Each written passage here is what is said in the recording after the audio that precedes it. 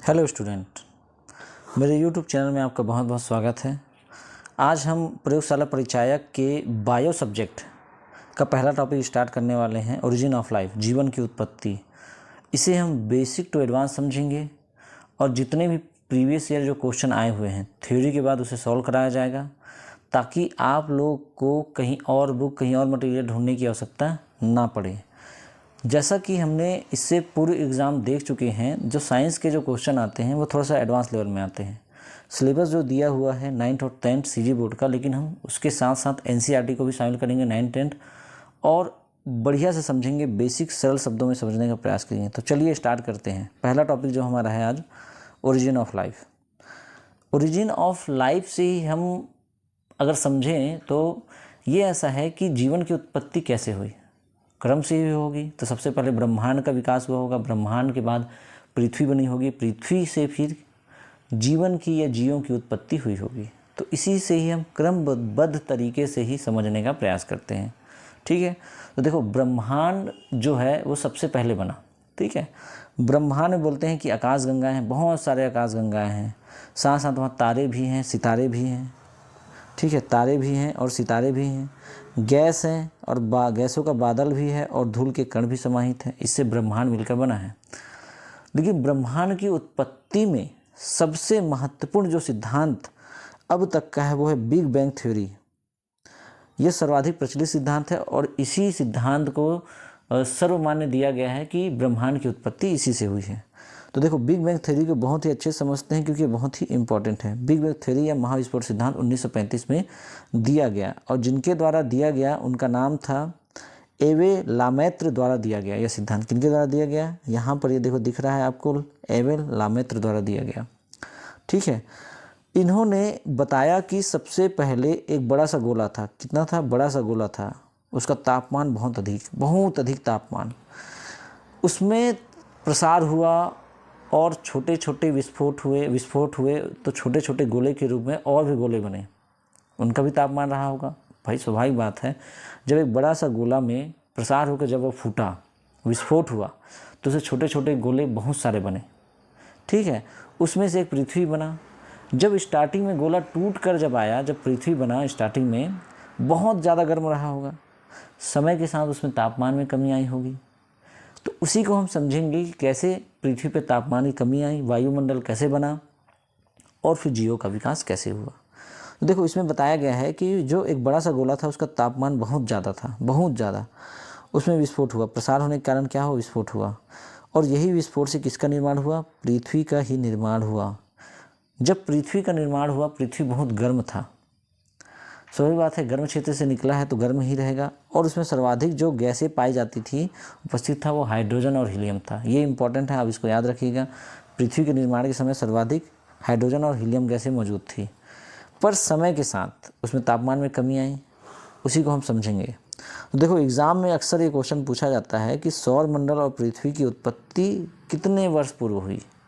तो आपको लिखना है 4.6 अरब वर्ष पूर्व हुई। कहीं कहीं पर ये लिखाता है 4.5 भी, तो आप लगभग ये मान के लीजिए कि 4.5 ऑप्शन में होगा तो भी ठीक है, 4.6 ऑप्शन में होगा तो भी ठीक है। यदि दोनों हैं तो आपको क्या लेना है? 4.6 अरब वर्ष मानी गई है। किसकी उत्पत्ति? पृथ्वी की उत्पत्ति। ये पृथ्वी की उत्पत्ति है। फिर जीवन की उत्पत्ति भी मानी जाएगी कितने वर्ष पूर्व हुई, उसको हम आगे डिटेल से पढ़ेंगे। तो सबसे पहले देखते हैं कि पृथ्वी की उत्पत्ति में तापमान में कैसे गिरावट आई और तापमान गिरावट होने के बाद वायुमंडल का निर्माण कैसे हुआ। ठीक है, देखिए, पृथ्वी के निर्माण में प्रारंभिक गैसें कौन कौन सी थी?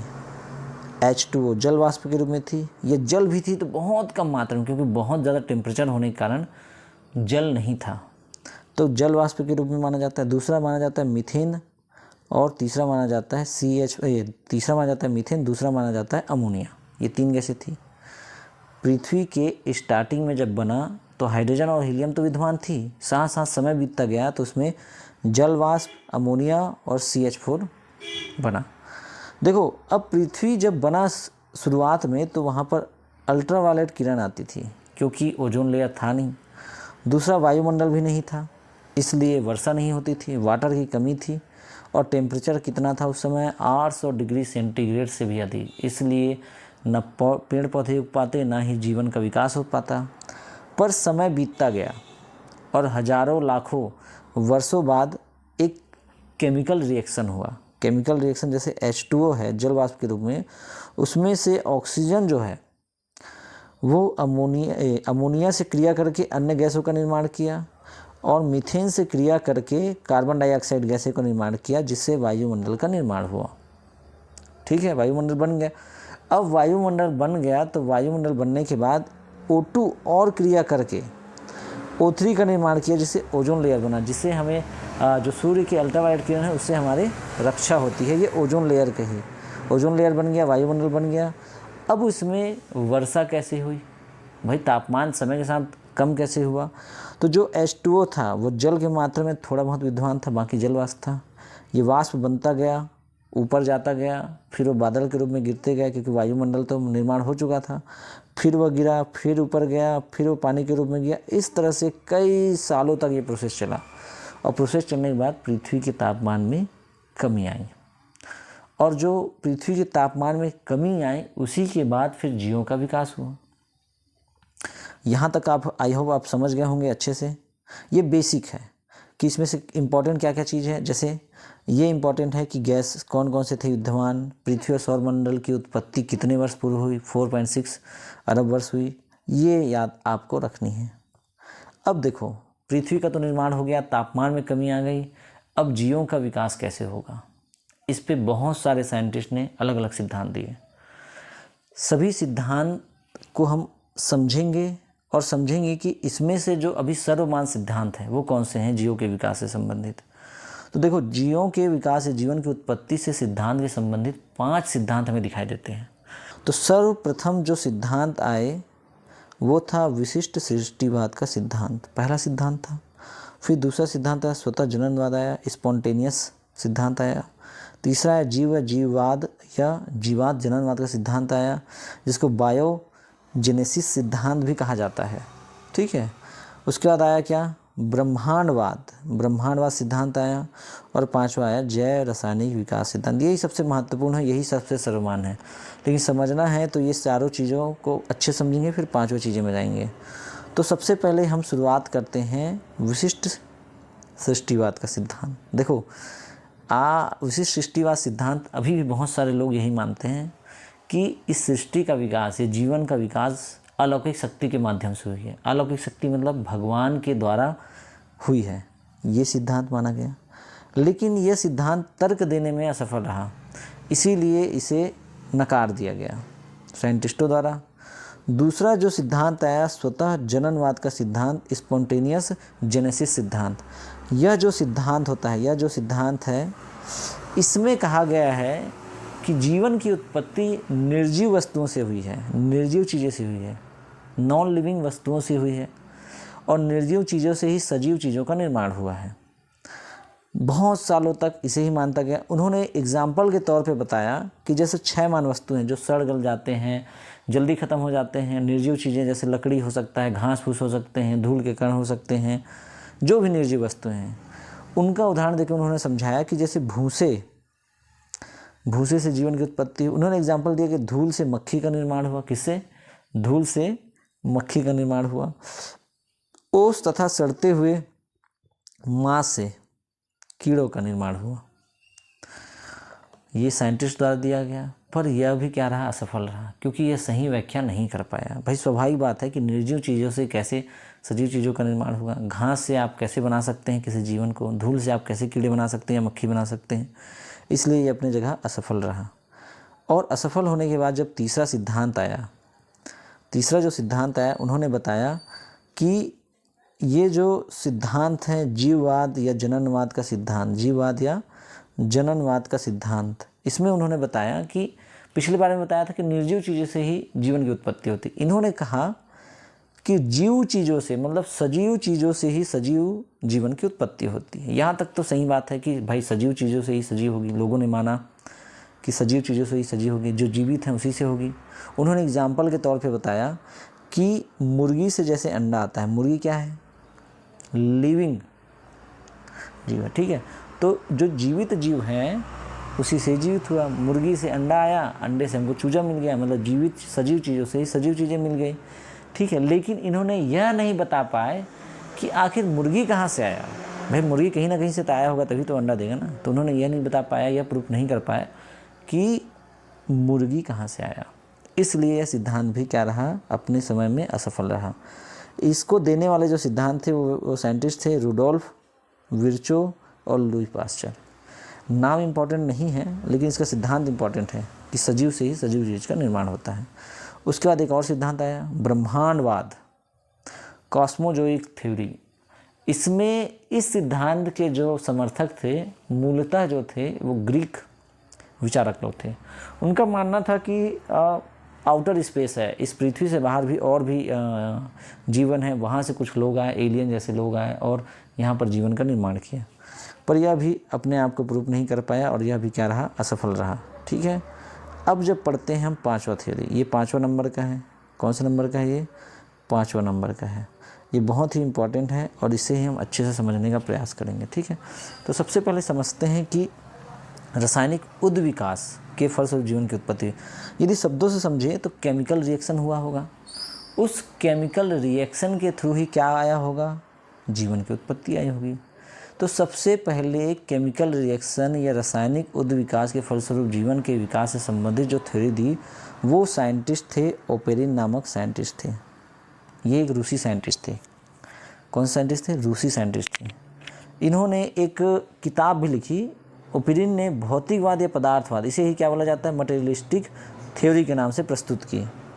जो उनकी पुस्तक जीवन की उत्पत्ति में छपी, जो उनकी पुस्तक क्या थी, जीवन की उत्पत्ति, ओरिजिन ऑफ लाइफ में छपी। ये बुक है उनका और इसके अंतर्गत ये एक टॉपिक है। ये क्या है? एक टॉपिक है, इसको छापा गया। तो ओपेरिन की पुस्तक कौन सी है पूछेगी आपसे, तो जीवन की उत्पत्ति, इसे ही क्या कहा जाता है, ओरिजिन ऑफ लाइफ। इसी के अंतर्गत क्या छपा, मटेरियलिस्टिक थ्योरी। इसमें उन्होंने रासायनिक उद्विकास से संबंधित अलग अलग थ्योरी दिए और उन्होंने प्रूव करने का प्रयास किया कि कैसे जीवन की उत्पत्ति हुई। तो ओपेरिन के जीवन की उत्पत्ति, ओरिजिन ऑफ लाइफ, बहुत सारे एग्जाम पूछा गया, इसलिए ये इंपॉर्टेंट है, याद रखना। ठीक है। अब देखो उन्होंने जो सिद्धांत दिया उसको हम समझने का प्रयास करते हैं।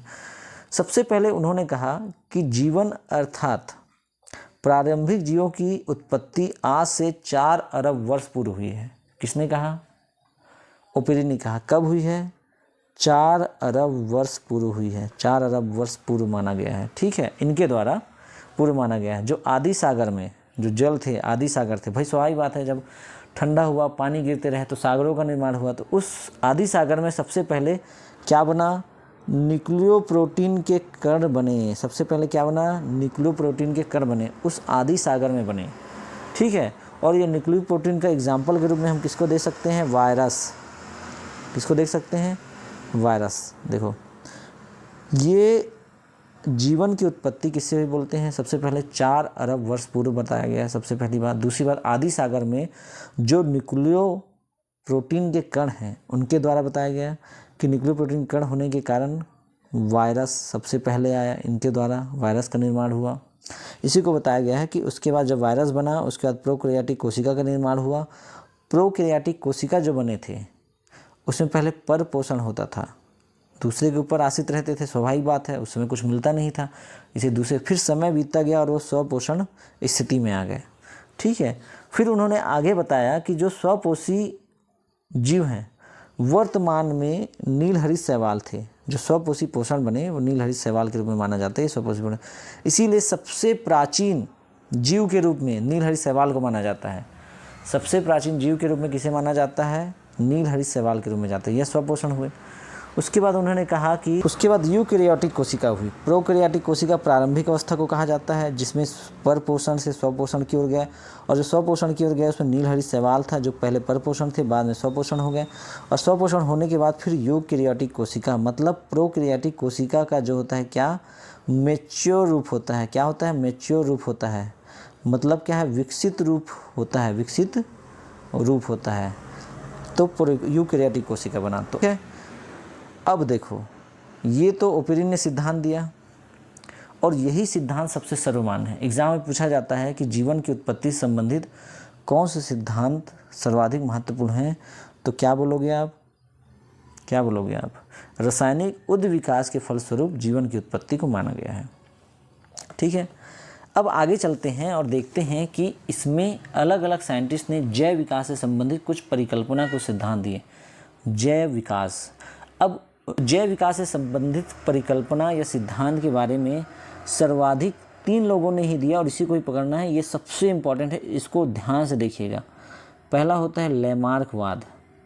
ठीक है, लैमार्कवाद।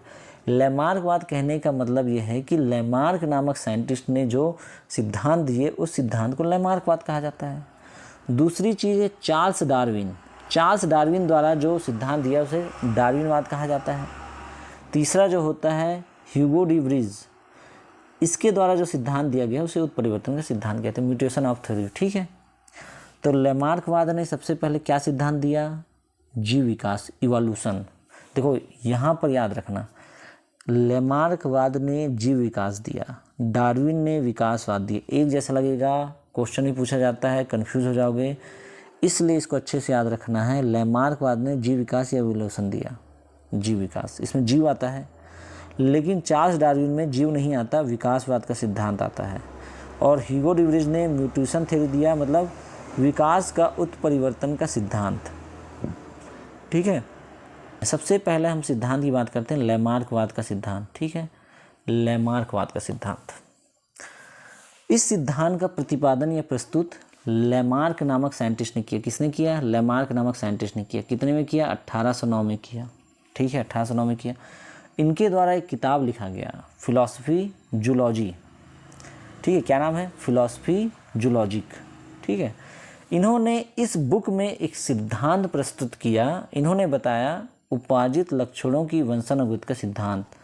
इम्पॉर्टेंट है, इसको याद करना है आपको, उपार्जित लक्षणों की वंशानुगत का सिद्धांत, ये आपको याद रखना है। ठीक है, इसमें उन्होंने बताया कि जैसे जीव हैं, कोई भी जीव का जो स्टार्टिंग में शरीर रहा होगा और समय के साथ यदि किसी अंग का उन्होंने प्रयोग नहीं किया तो वो अंग विलुप्त होते गए, और जिस अंग को, जिस ऑर्गन को उन्होंने ज़्यादा उपयोग किया वो विकसित होते गए। इसी को क्या कहा? लैमार्कवाद में उपार्जित लक्षणों की वंशानुगत का सिद्धांत कहा। उनके अनुसार माना गया कि जैसे जिराफ, जब जिराफ स्टार्टिंग में आए होंगे तो उनका गर्दन इतना ऊंचा नहीं रहा होगा, लेकिन उन्हें पत्ता उनका भोजन है, इसलिए उनको बार बार गले को ऊपर ले जाना पड़ता था पत्ते खाने के लिए, और हजारों और लाखों वर्षों के बाद उसमें क्या हो गया? परिवर्तन दिखाई दे दिया, और धीरे धीरे क्या हो गए? गर्दन की लंबाई बढ़ती गई। ये किसके अनुसार है? लैमार्कवाद। और किसमें दिया इस सिद्धांत को? उपार्जित लक्षणों की वंशानुगत के सिद्धांत के अनुसार दिया है। ठीक है, साथ ही साथ जैसे सांप, उनका मानना था जैसे सांप है, सांप के पैर थे स्टार्टिंग में, लैमार्कवाद कहते हैं कि सांप का जो पैर था वो स्टार्टिंग में था, लेकिन उन्होंने अपने पैरों का प्रयोग नहीं किया और हजारों लाखों वर्षों बाद वो पैर क्या होते गए? लुप्त होते गए। ठीक है, इसी को उन्होंने एग्जाम्पल देके जाया सांप और जिराफ का। ठीक है, तो इसका मतलब उपार्जित लक्षणों की वंशानुगत का सिद्धांत ये है कि जैसे जैसे वंश बढ़ा और जिस अंगों का प्रयोग सबसे ज़्यादा हुआ वो विकास किया, और जिस अंगों का प्रयोग सबसे कम हुआ वो क्या होते गए? लुप्त होते गए। ठीक है, ये क्या चीज़ है? लैमार्कवाद का सिद्धांत है। तो इसमें याद क्या करना, एग्जाम में क्या आता है? लैमार्कवाद का सिद्धांत, सबसे पहले इन्होंने फिलॉसफी जूलॉजिकल का बुक लिखा एक, इनके द्वारा ही उपार्जित लक्षणों के सिद्धांत दिया, और सिद्धांत में इन्होंने क्या कहा था कि जैसे गर्दन, जिराफ वाला सिद्धांत दिया। ठीक है, ये जो गर्दन वाला सिद्धांत है और सांपों वाला सिद्धांत है, इसको अच्छे से याद रखना है। ठीक है, अब आते हैं डार्विनवाद। डार्विनवाद में क्या है? चार्ल्स डार्विन नामक इंग्लैंड के जैव विकासविद थे। ठीक है, साइंटिस्ट थे, इंग्लैंड के थे। इन्होंने अपने सिद्धांत का प्रतिपादन किया और बताया, उसी को ही डार्विनवाद कहा जाता है कि जीवन की उत्पत्ति, विकास कैसे हो, ये विकासवाद के सिद्धांत देते हैं। इनके 3 सिद्धांत हैं, नाम से आता है, आप अच्छे से रटिएगा, समझिएगा। लैमार्कवाद ने जैव विकास का सिद्धांत दिया। क्या विकास का? जैव विकास का सिद्धांत दिया। इन्होंने 3 सिद्धांत दिए। चार्ल्स डार्विन ने क्या दिए? सिद्धांत दिए। ठीक है, उसके बाद इन्होंने 3 सिद्धांत कौन कौन से दिए? ये इंपॉर्टेंट है, तीनों सिद्धांत। ठीक है, और तीनों सिद्धांत को हम समझेंगे अच्छे से। देखो, सबसे पहला सिद्धांत दिया विकासवाद, इसे विकासवाद कहा जाता है, सब मिलता जुलता सिद्धांत है, विकासवाद पहला। दूसरा डार्विनवाद नाम से ही जाना जाता है इसके। तीसरा आता है नेचुरल सिलेक्शन थ्योरी, प्राकृतिक वर्णवाद या चयनवाद का सिद्धांत। चीज़ कि डार्विनवाद की कहानी कैसे हुई, उन्होंने क्या क्या खोज किए और कैसे इस विकास को बेहतर तरीके से समझाया।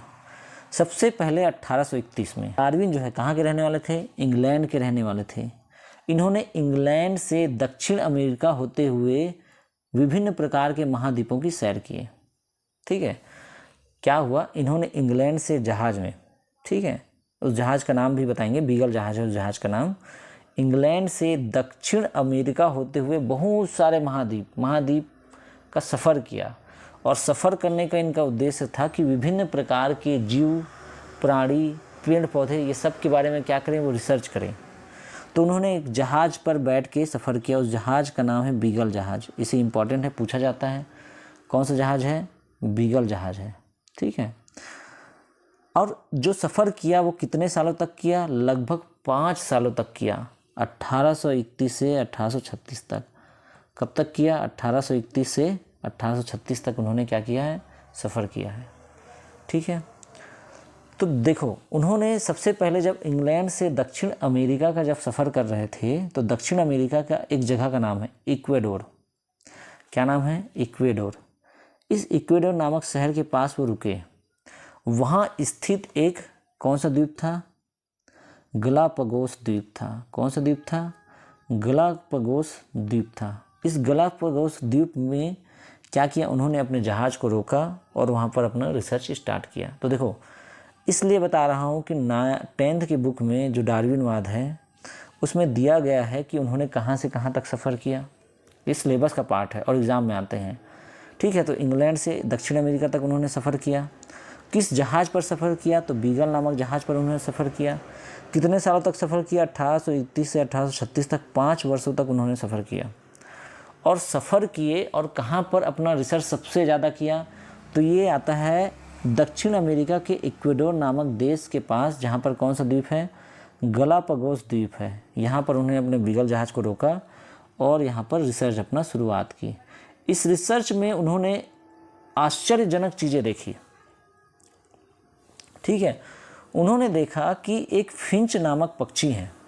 कौन सा नामक पक्षी है, ये इम्पॉर्टेंट है। फिंच नामक पक्षी जो है, कौन से पक्षी, फिंच नामक जो पक्षी है, उनके बहुत बारीकी से उन्होंने देखा कि फिंच नामक पक्षी में भी अलग अलग प्रकार के पक्षी पाए जाते हैं। है तो जाति से वो फिंच पूरा, लेकिन किसी के चोंच छोटे हैं तो किसी के चोंच बड़े हैं, किसी के मध्यम हैं तो किसी के कुछ और हैं।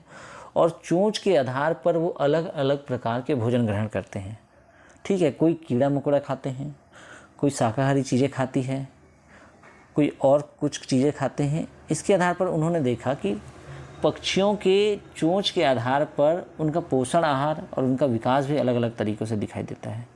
इसीलिए फिंच नामक पक्षी क्या थी, चोंच के आधार पर विभिन्न प्रकार के उन्होंने फिर प्रयोग शुरुआत कर दिए।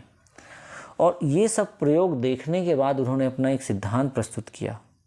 ठीक है, और सिद्धांत में उन्होंने बताया कि सबसे पहले आता है ओवर प्रोडक्शन। क्या आता है, ओवर प्रोडक्शन। ठीक है, पहला। दूसरा उन्होंने कराया स्ट्रगल फॉर एग्जिस्टेंस, जीवन संघर्ष बताया। तीसरा बताया कि उन्होंने विभिन्नताएं और वंशानुगति चीज़ें बताई। चौथा बताया सर्वाइवल ऑफ द फाइटेस्ट, ये कहा। उनका कहने का मतलब ये है, सबसे पहले यदि बात करते हैं कि सबसे पहले उन्होंने ये सिद्धांत दिया ओवर प्रोडक्शन। इसका मतलब ये है कि सभी जीव अपने वंशज को बढ़ाने के लिए ओवर प्रोडक्शन करते थे। क्या करते थे, ओवर प्रोडक्शन करते थे। अब देखो, ओवर प्रोडक्शन किए, सभी जीव जन्म तो लिए, पर जन्म लेने के बाद उनको जीना है, तो जीने के लिए अपना जीवन संघर्ष करते थे। किसी जीव से उन्हें बचना है, किसी जीव के साथ उन्हें लड़ाई करना है, किसी जीव जंतु के साथ उनसे बच के रहना है। इसीलिए क्या कहा जाता था कि वो जीवन संघर्ष करने लगे। सेकेंड, फिर उसके बाद बताया कि सभी जीव जो पैदा हुए उसमें कुछ ना कुछ क्या आता था, वेरिएशन एंड वंशानुगति एवं विभिन्नताएँ देखी गई। मतलब मिलते जुलते थे, फिर साथ साथ उसमें विभिन्नताएँ भी आती थी। एक पीढ़ी के बाद दूसरे पीढ़ी में कुछ चीज़ें आती हैं जेनेटिकली, साथ साथ उनका चेहरा रूप मिलता जुलता है, फिर कुछ चीज़ें बदलती जाती है और ये पीढ़ी दर पीढ़ी ये चीज़ें होती गई। फिर उनका बताया कि उन्हें सर्वाइव करना है। अगर इस पृथ्वी पर किसी भी जीव को रहना है तो उन्हें क्या करना होगा, फाइट करना होगा, सरवाइव करना होगा, और जो इस जीवन में इस पृथ्वी पर सरवाइव कर लिया वही अपना अगला जीवन, अगली पीढ़ी बनाते थे, मतलब अपनी पीढ़ी को बढ़ाते थे। तो इस प्रकार से उन्होंने 4 चीज़ें बनाई। ओवर रिप्रोडक्शन करेंगे पहला, फिर जैसे ही बढ़े तो जीवन में संघर्ष करेंगे, साथ साथ उनकी हेरिडिटी पाई जाएगी, विभिन्नताएँ पाई जाती थी, बहुत सारी चीज़, और साथ ही साथ वो इतना स्ट्रगल करते थे, और जो स्ट्रगल में जीत जाते थे वो क्या होता था, अपनी पीढ़ी बढ़ाते थे। ये आज भी होता है, यही उनका सिद्धांत था। ठीक है, अब आते हैं ये सारी चीज़ें। देखो, जैव रासायनिक विकास क्रियाओं से हुई है ऐसा माना जाता है। ठीक है, सबसे पहले क्या बना, अकार्बनिक पदार्थ बना। क्या बना, अकार्बनिक पदार्थ बना। ठीक है, अकार्बनिक पदार्थ में बताया था सबसे पहले ही, अमोनिया बना, CH2 बना, हाइड्रोजन था, जल वाष्प था, ये सारी चीज़ सबसे पहले गैस थी। फिर क्या बना बोलते हैं, फिर इसी अकार्बनिक पदार्थ से कार्बनिक पदार्थ का निर्माण हुआ। क्या का निर्माण हुआ, कार्बनिक पदार्थ का निर्माण हुआ। जैसे कार्बनिक पदार्थ प्रोटीन और अमीनो अम्ल का निर्माण हुआ। देखो, जैव रासायनिक क्रिया के माध्यम से जीवों का विकास हम मानते हैं, यही सबसे ऑथेंटिक भी है, यही सिद्धांत सर्वमान्य माना गया है। तो सबसे पहले अकार्बनिक पदार्थ है। अकार्बनिक पदार्थ जैसे गैस है, अमोनिया, मीथेन, ये सब प्राचीन गैस है, सबसे पुरानी गैसें थी जब पृथ्वी का निर्माण हुआ उस समय। हाइड्रोजन, जलवाष्प, इसी से ही कार्बनिक समय के साथ कार्बनिक पदार्थों का निर्माण हुआ, जैसे प्रोटीन बने और अमीनो अम्ल का भी विकास हुआ। ठीक है, अब इसी को बना, ये सिद्धांत तो दे दिए, लेकिन इसको प्रूव करना था कि बना कैसे। तब 2 प्रकार के साइंटिस्ट थे, एक मिलर व यूरे द्वारा इसका प्रयोग किया गया कि अकार्बनिक पदार्थ से कार्बनिक पदार्थ का निर्माण हुआ। यह गैसों के रिएक्शन से ही क्या हुआ, पदार्थों का निर्माण, ये जीवन की उत्पत्ति हुई, इसे इनको प्रूव करना था। ये प्रयोग इम्पॉर्टेंट है, इसको पढ़ना है। ये NCERT बुक में भी दिया हुआ है और हमारे CG बोर्ड में दिया हुआ है। तो मिलर और यूरो नामक जो साइंटिस्ट हैं, इन्होंने बताया, सबसे पहले अपना प्रयोग किया प्रयोगशाला में। इन्होंने कांच का एक फ्लास्क लिया। उस कांच के फ्लास्क में जब पृथ्वी की शुरुआती दौर पर जो गैस थे वैसा ही एक वातावरण बना गया, और उस फ्लास्क के अंदर लिया गया हाइड्रोजन, अमोनिया और क्या बोलते हैं मीथेन और जल वाष्प, और इसमें उन्होंने डाल दिया क्या, एक इलेक्ट्रोड। ठीक है, बिजली का करंट। ठीक है, और उन्होंने एक अपचायक वायुमंडल बनाया। उस समय अपचायक वायुमंडल था। किस समय, जब पृथ्वी की शुरुआत हुई थी तो वायुमंडल अपचायक था। अपचायक के बारे में हम आगे चर्चा करेंगे, आखिर है क्या चीज़। ठीक है, अभी आप समझिए कि अपचायक वायुमंडल था, वैसा ही वायुमंडल, वैसा ही माहौल लैब में बनाया गया, और लगभग यह प्रोसेस चलाया गया 2 सप्ताह, 14 से 18 दिन। ठीक है, 14 से 18 दिन तक ये प्रोसेस चलाया गया। लगातार क्या किया गया, इस पर प्रयोग किया गया, और तब तक प्रोसेस चला 14 से 18 दिन में। और जब उससे जो प्रोडक्ट बना, ये प्रोसेस के बाद जो प्रोडक्ट बना, उस प्रोडक्ट में बताया गया था क्या चीज़ें, क्या क्या चीज़ें की निर्माण हुई। जैसे ग्लिसरीन बना। ठीक है, फिर क्या बना, एलिलीन बना, और क्या बना, स्पार्टिक अम्ल बना। तो अकार्बनिक पदार्थों से क्या बना, कार्बनिक पदार्थ। ये किसके द्वारा प्रूफ हो गया, प्रयोग द्वारा। किसने किया प्रयोग, मिलर और यूरे द्वारा किया गया। ठीक है, और कितने दिनों तक चला, 14 से 18 दिन तक चला, या 2 सप्ताह। एग्जाम में पूछा गया ये भी क्वेश्चन। ठीक है, तो आप याद रखिएगा। और उससे क्या क्या बने, ग्लिसरीन बना, एलिलीन बना और एस्पार्टिक अम्ल, ये तीनों चीज़ का निर्माण हुआ। ये क्या चीज़ है, कार्बनिक पदार्थ हैं, कार्बनिक पदार्थ हैं। ठीक है, और ये क्या चीज़ है, ये जो प्रोसेस हुआ है ये अकार्बनिक पदार्थ है।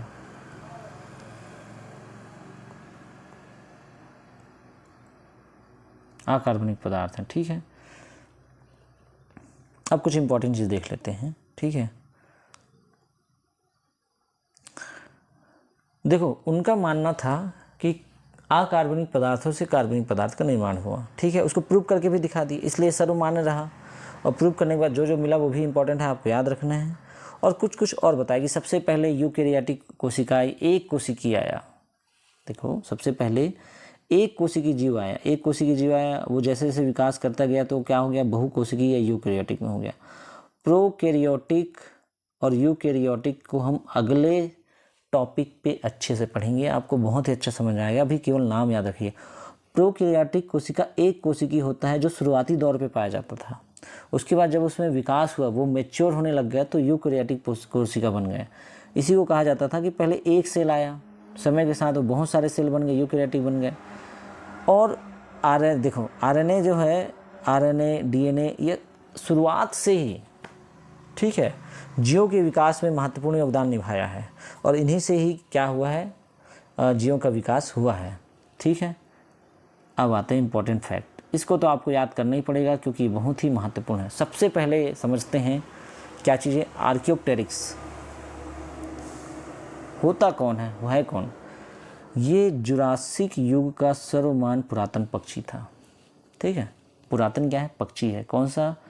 आर्कियोप्टेरिक्स, एक पक्षी का नाम है। ठीक है, कौन से युग में? जुरासिक युग में। जुरासिक युग में समझ लो तो कौन से युग में आता है जुरासिक, बताओ तो जुरासिक युग में आते हैं जब डायनासोर लोग रहते थे। आर्कियोप्टेरिक्स को कहा जाता है यह सरीसृप तथा पक्षियों के बीच का संयोजन है। सरीसृप मतलब समझना इस चीज़ को कि ज़मीन पे रेंगने वाले जो भी जानवर हैं वो सरीसृप में आते हैं, और पक्षियाँ मतलब उड़ने वाले। इसलिए जानवरों को जुरासिक युग में कहने का मतलब यह है कि आर्कियोप्टेरिक्स ऐसे प्राणी थे जो ज़मीन पे चलते भी थे और साथ साथ उड़ते थे। जैसे मूवी पे देखे होंगे आप डायनासोर, कुछ डायनासोर जो होते ज़मीन पे चलते भी थे और साथ साथ उड़ते भी थे। इसीलिए आर्कियोप्टेरिक्स को क्या कहा गया है? सरीसृप और पक्षियों के बीच का संयोजन। युगलिना तो महत्वपूर्ण है ही। युगलिना किसके किसके बीच का संयोजन है? पादप और जंतु, मतलब इसमें पौधे और जीवों के बीच का भी गुण पाया जाता है। नियोपाइलिना जो है वो किसके बीच का संबंध है? तो देखो यहाँ से आप ला से याद रखना, यहाँ पर ला दिया है तो यहाँ पर एनेलिडा, ला आया, और मोलस्का किसके बीच का? ला आया। इसलिए ऐसा ट्रिक है, आप लिंक कर लीजिएगा याद करने का। तो एनेलिडा और मोलस्का के बीच का संयोजन पाया जाता है। कौन? नियोपाइलिना, ला और ला से। ठीक है, उसके बाद आता है प्रोटोथीरिया। देखो प्रोटोथीरिया किसका है? प्रोटोथीरिया जो है सरीसृप, रेप्टाइल जिसको बोलते हैं, और स्तनियों मैमल्स के बीच का संबंध है। कहने का मतलब यह है कि यह ज़मीन पे भी चलते थे और मैमल्स की तरह स्तनपायी जो जीव हैं, ठीक है, उनके तरह भी व्यवहार करते थे। तो प्रोटोथीरिया को सरीसृप और स्तनियों मतलब मैमल्स के बीच का संयोजन माना जाता है। देखो डायनासोर विशालकाय सरीसृप था, सही बात है। ये कब पाया गया था? मेसोजोइक ईरा में। देखो डायनासोर विशालकाय सरीसृप है, स्वाभाविक बात है। ठीक है, कुछ डायनासोर उड़ते भी थे, कुछ डायनासोर नीचे चलते थे। जो नीचे चलते थे उसे सरीसृप कहा गया, विशालकाय थे। तो डायनासोर किस एरा में पाया गया, ये किस युग में पाया गया? तो ये इंपॉर्टेंट है, ये पूछा जाता है। ये पाया गया था, किस में पाया गया था? मेसोजोइक काल में पाया गया था। किस में पाया गया था? मेसोजोइक काल में पाया गया था। ठीक है, आता है मैमथ। ये भी एग्जाम के लिए बहुत ही इंपॉर्टेंट है। मैमथ जो होता है हाथी का पूर्वज माना जाता है। क्या माना जाता है मैमथ को? हाथी का पूर्वज। उसके बाद आता है क्रो-मैग्नॉन। ये नाम थोड़ा अजीब है लेकिन इसको आपको याद करना है। क्रो-मैग्नॉन मनुष्य को आधुनिक मानव होमोसेपियंस का अंतिम सीधा पूर्वज इसे ही माना जाता है। जो मनुष्य का जो आधुनिक मानव होमोसेपियंस माना जाता है उसका अंतिम पूर्वज किसे माना जाता है? क्रो-मैग्नॉन को माना जाता है। नाम याद रखना है। थोड़ा सा बेसिक और देख लेते हैं जीव विज्ञान के बारे में, बायोलॉजी के बारे में, और समझते हैं कि बायोलॉजी है क्या। ठीक है, फिर उसके बाद ये टॉपिक कंप्लीट हो जाएगा। फिर अगले सेशन में हम ऑब्जेक्टिव सॉल्व करेंगे, इससे रिलेटेड जितने भी एग्जाम में आए हुए हैं उसको। तो जीव विज्ञान जो बायोलॉजी है, इस शब्द का प्रयोग सर्वप्रथम किसने किया था? पूछा जाता है एग्जाम में। तो बायोलॉजी शब्द का सर्वप्रथम प्रयोग लैमार्क व ट्रेविरेनस ने किया था। किसने किया था? लैमार्क तथा ट्रेविरेनस नामक वैज्ञानिकों द्वारा किया गया था। बायोलॉजी शब्द का प्रयोग, ठीक है, याद रखना। बायोलॉजी शब्द का प्रयोग बता रहा हूँ, अध्ययन नहीं बता रहा हूँ, शब्द का प्रयोग। उसके बाद देखो बायोलॉजी दो शब्दों से मिलकर बना है, ग्रीक शब्द है। एक होता है बायोस जिसका मतलब होता है जीवन, और लोगों का वो मतलब होता है अध्ययन। तो क्या हुआ? बायोलॉजी का मतलब जीवन का अध्ययन। ठीक है, अब बायोलॉजी में दो पार्ट होते हैं। ठीक है, ये बेसिक चीज़ें हैं, आपको जानना जरूरी है। एक होता है जंतु विज्ञान, एक होता है वनस्पति विज्ञान। ठीक है, जंतु विज्ञान का अध्ययन, जंतुओं का जो अध्ययन किया उसके जनक अरस्तु को माना जाता है। और पेड़ पौधे का जो अध्ययन किया है या वनस्पति विज्ञान का अध्ययन किया उसको थियोफ्रेस्टम को माना जाता है। अब देखो यहाँ से क्या क्या क्वेश्चन बन सकते हैं। सबसे पहला बन सकता है क्वेश्चन, ठीक है, जीव विज्ञान बायोलॉजी शब्द का प्रयोग सर्वप्रथम किसने किया? ठीक है, तो किसने किया? लैमार्क ने किया और ट्रेविरेनस ने किया। बायोलॉजी कौन से शब्द का है? ग्रीक भाषा का शब्द है। 2 शब्दों से मिलकर बना है, बायोस प्लस लोगोस, जीवन और अध्ययन। इसका मतलब क्या हो गया? जीवन का अध्ययन। बायोलॉजी को 2 पार्ट में बांटा गया है, जंतु विज्ञान और वनस्पति विज्ञान। जंतुओं का अध्ययन जिसने किया वो जनक को अरस्तु कहते हैं, और पेड़ पौधे का अध्ययन किया वो थियोफ्रेस्टस कहते हैं। तो यहाँ हमारा एक टॉपिक कंप्लीट होता है। अगला टॉपिक इसका तो ऑब्जेक्टिव सॉल्व करेंगे और उसके बाद हम जीवों का वर्गीकरण पढ़ाएंगे आप लोग को। धन्यवाद।